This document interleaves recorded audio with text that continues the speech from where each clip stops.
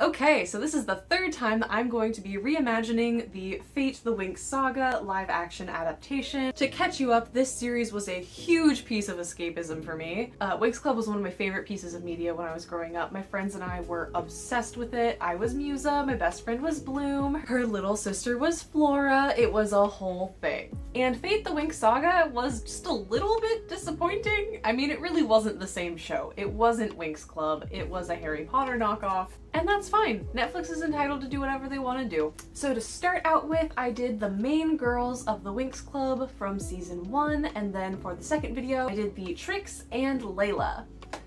Or Ayesha, depending on where you're from. And now I'm gonna do the specialists. Now, the change that Winx made to combine all 3 schools together into one school was a little bit odd. I actually really don't understand why they separated the schools though, because that makes the perfect opportunity for rivalries and drama and classic teenage hijinks. So I'm going to undo that and separate the 3 schools again. But there were some changes that they made for Fate that I actually kind of like conceptually, like that the specialists are co-ed now, that the fairies are co-ed, that the witches are co-ed. The co-ed nature of it just makes it more fun and I think adds some realism.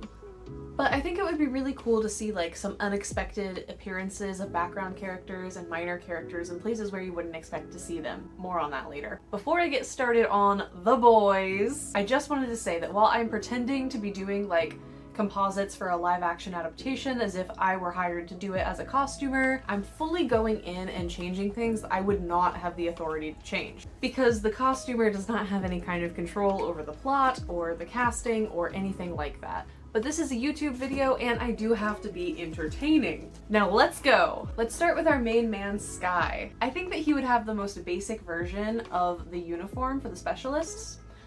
He's a crown prince, he's a goody two-shoes, he's gonna be in the specialist uniform as it comes. So for context, the original uniforms from the show look like this, and the Fate costumes look like this. And so, while it would have been really easy to just kind of blend these and marry the concepts, I wanted to kind of start from the ground floor and redesign it. I wanted it to have that same whimsical sci-fi fantasy vibe that the Winx Club so perfectly created with the animated series. As well as a regal look, because I wanted the more mask presenting characters to be able to have fun clothing and a fun costume that was just as iconic as the fairy transformations. So I'm imagining a classic deep blue Warbler and leather armor plate design. Lore-wise, I figured this would be synthetic dragon skin, sort of. No texture, it'd be nice and sleek and smooth, because it's synthetic, right? It's made in processed sheets. It's vegan dragon leather. I thought that was just a fun concept. So it'd have the properties of dragon skin from mythology, that it's impierceable and fire resistant and all of that, but it would be produced in a lab. No dragons harmed in the making of this armor. I thought it was fun. We're also going to be keeping the capes. See, Sky is actually Prince Charming, basically, so the dude needs a cape.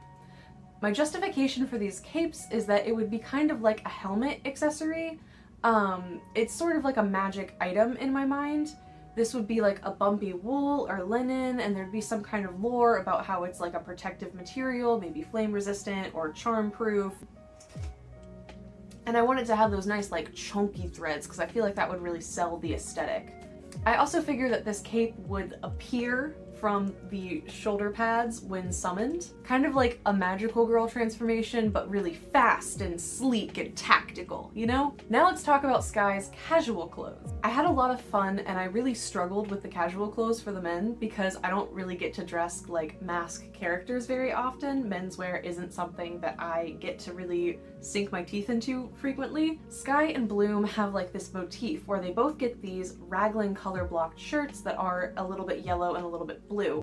And I think that that's really fun, so I kept that in and I gave him this nice color blocked raglan top. I think it's cute. I think I would wear that. I also gave him some classic low-rise jeans for that 2000s nostalgia, a little bit of belly showing through, because I remember every man had just the top of their underwear showing.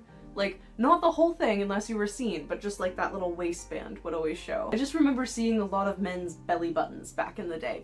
But these jeans, I really wanted them to look otherworldly and kind of fantastical and sci-fi, So I've given him a organza translucent panel in the knees, kind of like the so your knees can see meme jeans, but a little bit more subtle. I figure with that nice like organza fabric, you would still get a little bit of fabric texture and it wouldn't be like totally out of this world, but you'd get that see-through moment that would give it a little bit of sci-fi bite, if you will. This also mimics the detail in his jeans from the cartoon, and it makes it so that he doesn't just look like a beachside Jamba Juice cashier from 2003. Now next we have Brandon, the prince's body double, who actually has a completely different body type. I think that this would be really fun to play with, like as a story element. Maybe they were identical looking in middle school, but then Brandon grew into an absolute beefcake and Sky became shredded like lettuce, right? I also think that the fun confusion between Bloom and Stella, where they don't know which one of them is the crown prince for realsies, like they think it's Brandon, and then they find out it's Sky. I think that that would be like really extra dramatic if they didn't look anything alike, because then the whole story of like, well, he was my body double, but then it was just safer for him to keep pretending to be me, and then we stopped looking alike in high school. Like, I think it would be just a really fun, dramatic moment. This could also be an opportunity to get really deep and serious and, you know, more gritty like they were going for. And they could talk about like male body image issues. Because like I said, Brandon's like a bodybuilder type and Sky isn't. So how does that feel for Sky? How does it feel for Brandon that he's so physically large? Does Sky feel like less of a man because he can't bulk up the same way that Brandon does?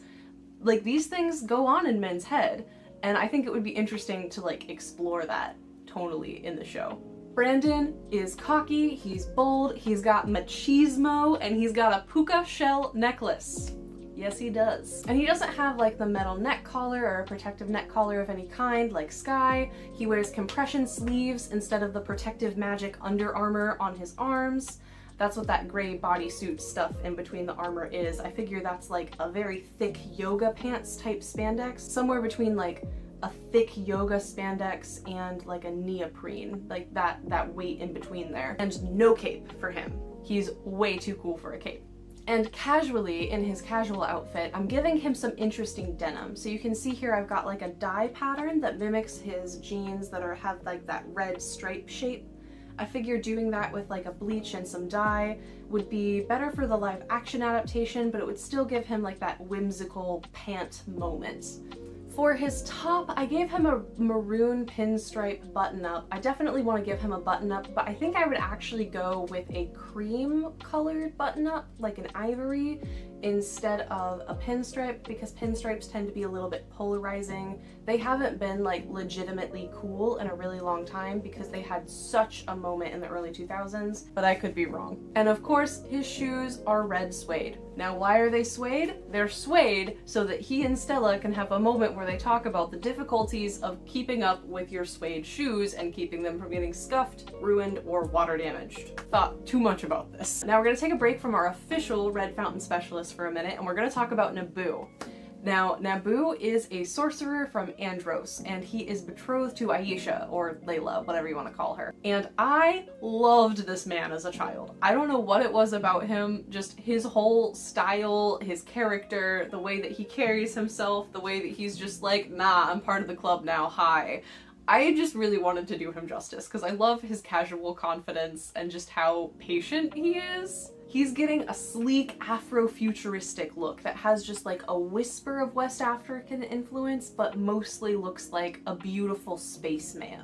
So he's got like this gray geometric applique going on his shoulders that would be very sleek and whimsical. I also really think that these rawhide straps that tie the slouchiness of his costume in and kind of give it a little bit of shaping, I think that that'll mix really well with Layla or Ayesha's asymmetrical and strappy design that she has in her transformation outfit. I also think that he should have a mood ring necklace, mostly because the way I did his fancy neckline there, it had this big empty space. But also I think that the mood ring necklace would be really fun as just like a thing, and I think that it would be really cute to have it like turn Layla's green color, like whenever she reciprocates his emotions, to have him be like, oh my gosh, I'm so happy, and now my heart matches you. I just think that'd be fun. But now, for his casual outfit, he is going to get some classic senator style clothing. A nice chunky wristband, And I imagine that under the mandarin collar that he's wearing here, that he would still have the mood necklace. And I also really wanted him to have his locks put up in a bun or a knot when he's casually dressed, so that then like when he transforms, I'm really picturing this moment where he maybe hunches a little bit or goes into a squat position and then pops up and like reaches to grab his staff, which would materialize in the mid-air, and then like his locks would come out and there'd be like this beautiful backlit moment where he's like pulling down his scepter like, okay, let's go, I'm ready to fight. I think that could look beautiful. We were robbed of transformation scenes in Fate the Winx saga. We really were. And I really would have loved to see them do magical girl style transformations for the masculine characters, because I would love to see this as like a masculine, powerful moment, the same way that magical girl transformations are a powerful feminine moment. Like, I think blending that and experimenting with that, they could have really had a lot of fun with that from like a cinematography perspective, and they didn't do that. They didn't do that. Now, for our next specialist, I want you to try to guess what character this is. Let me know in the comments, no cheating. It's Murda! Realistically, her being a witch is a really necessary part of the plot and of her own story. I really wanted to draw a female presenting specialist with all of this armor and how it would be adapted, but I also really wanted to draw her, so this was my compromise. I think that it also could work to have her like have been a witch and then transferred to Red Fountain as a specialist, and then interacted with the Winx Club girls and then discovered she was a fairy. Like, I think making her story even more like, I don't know how to pick a major could be fun and relatable for like the older audience. She gets the full unitard and the dragon armor, pecs, and a protective collar. She also gets some cool compression armbands and the shin and forearm braces. Now, I do want to explain what's going on with the tummy section and this little shoulder section here on the thing. I figure that this would be a couple layers of mesh, and my explanation for this is that it would be like a protective energy field sort of a thing. Like, because this section of the shoulder and the abdomen are both super fragile and they flex a lot, so like there's a lot of movement that goes on in here. So having like a solid plate really wouldn't work. It would stab you in the neck. It wouldn't really bend if you needed to move in a really specific way. So I figure if you layer geometric mesh and then like a silver thin pleather geometric mesh, you might be able to get some magical artery protection. The way that cameras pick up mesh whenever it's like rolling over itself and moving can look a little bit like trippy. So I would definitely want to do a camera test of this and see if it has the effect that I'm thinking it would, but I think it could look a little bit scientific and futuristic and like it was alive a little bit as it moved. No cups or shoulder pads for her. I imagine they would be a little bit too heavy. And then also the cape that she wears, I wanted to give her a proper hood, both to reference her origins as a witch, and because without the shoulder pads, there isn't really anything for it to attach to or sprout out from. And her casual clothes.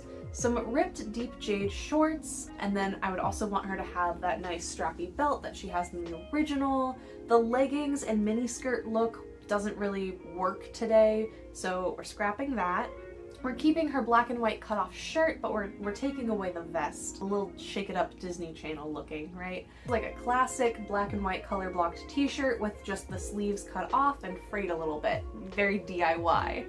I also think she would wear the compression armbands and maybe the arm guard in her casual clothes, as well as combat boots. Of course, the combat boots would be the more fashionable kind, a little bit less tactile, with chunky cable knit stockings. And of course, we have got to give our girl a little pumpkin necklace because she's our little pumpkin girl. Real talk though, Murda was a pumpkin for like an entire semester at Althea. I don't actually know that they have the seasons split into semesters. I always just assumed it was semesters, but it was definitely years because in the third season they mentioned that they're third year students.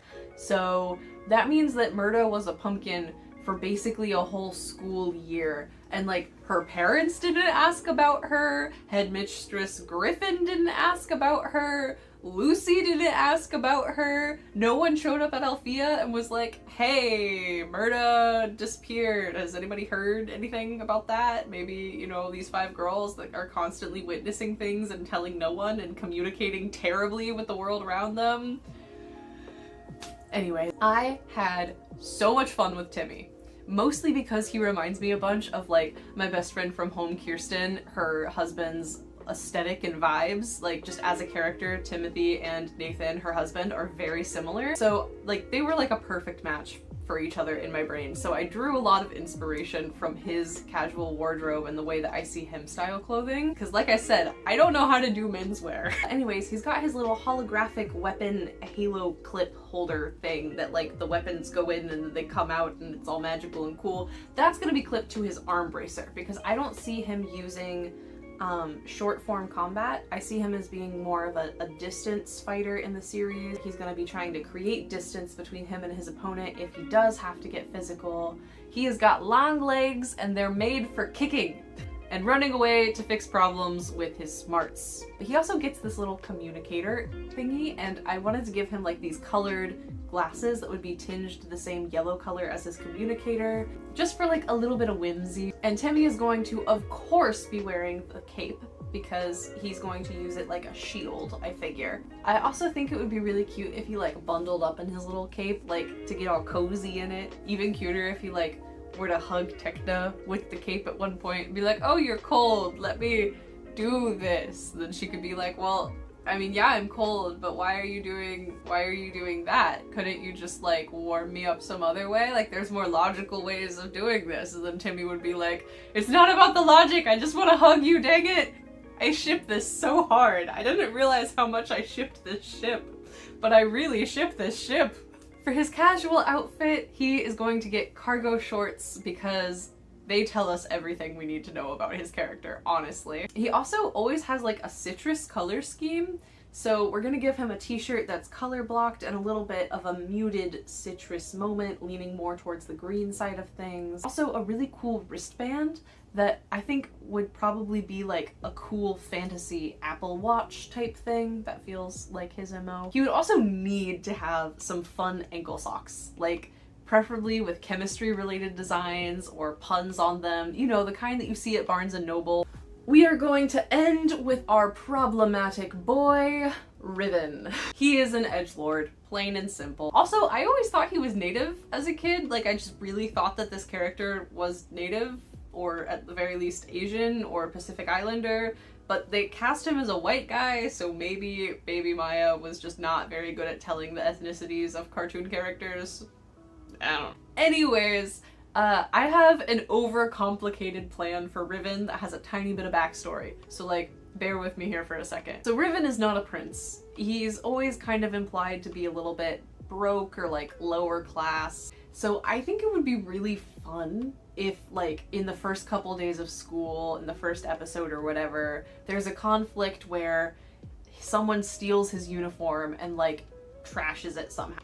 And so he makes the best of it, and he like uses the protective cape fabric to make himself a muscle shirt, like a v-neck. So it would be kind of like a gothic Viking moment, because it would be that nice textured weave that we talked about before, that linen or that wool, but sewn into a v-neck muscle shirt, kind of shoddily sewn into a v-neck muscle shirt, because it needs to look like he was able to do it himself in a couple of days in his dorm room. And then he would just wear like some e-boy khakis. I have seen these before and I love them. And then he would have those compression sleeves and all of the padding and the armor, including the cup, because that is very important, which would of course go under his khakis because he doesn't want to look like a dork. And then the little magic boy weapon holder thing I think would go clipped to his waistband. And in his casual clothes, he's serving straight e-boy.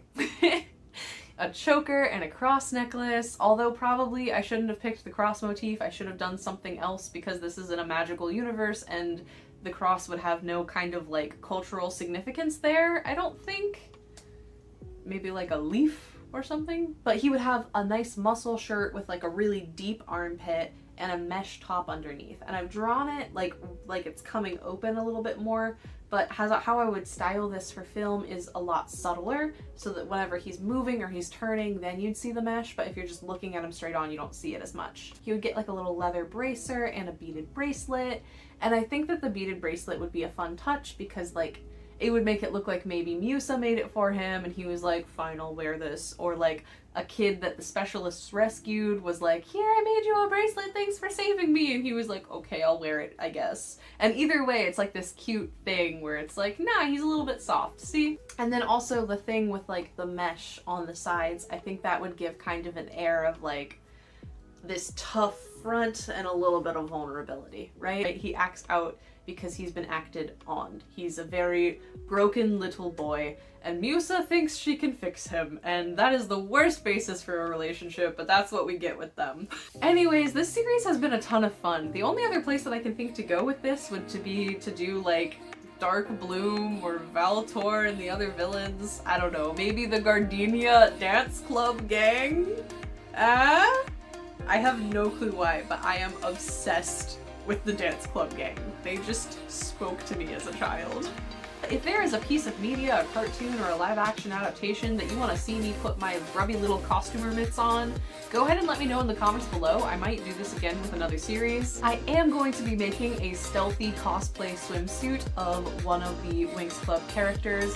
Everyone in my Instagram voted on that, so that's going to be revealed whenever I do the video. Go ahead and take a guess at who you think it's gonna be. Anyways, thank you for making it all the way to the end of this video. You guys are the best. I just feel really blessed by the number of you that are engaged in my content and like want to see what I make and say and are interested in these media pick-a-party rant moments that I serve.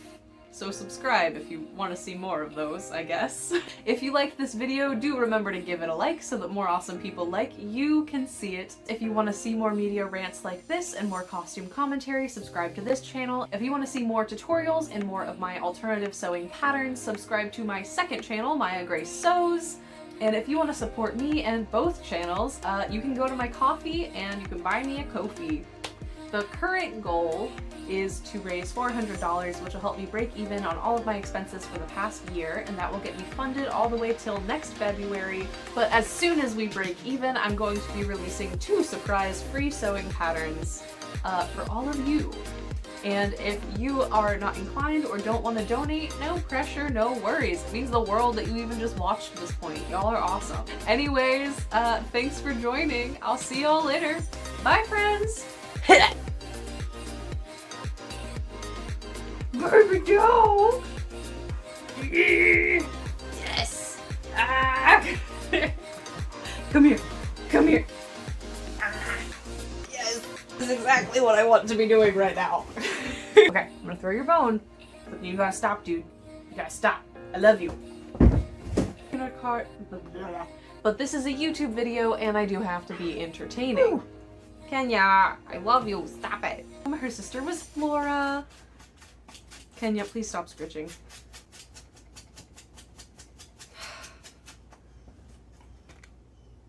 Go. Go. Yes, I love you too. Go.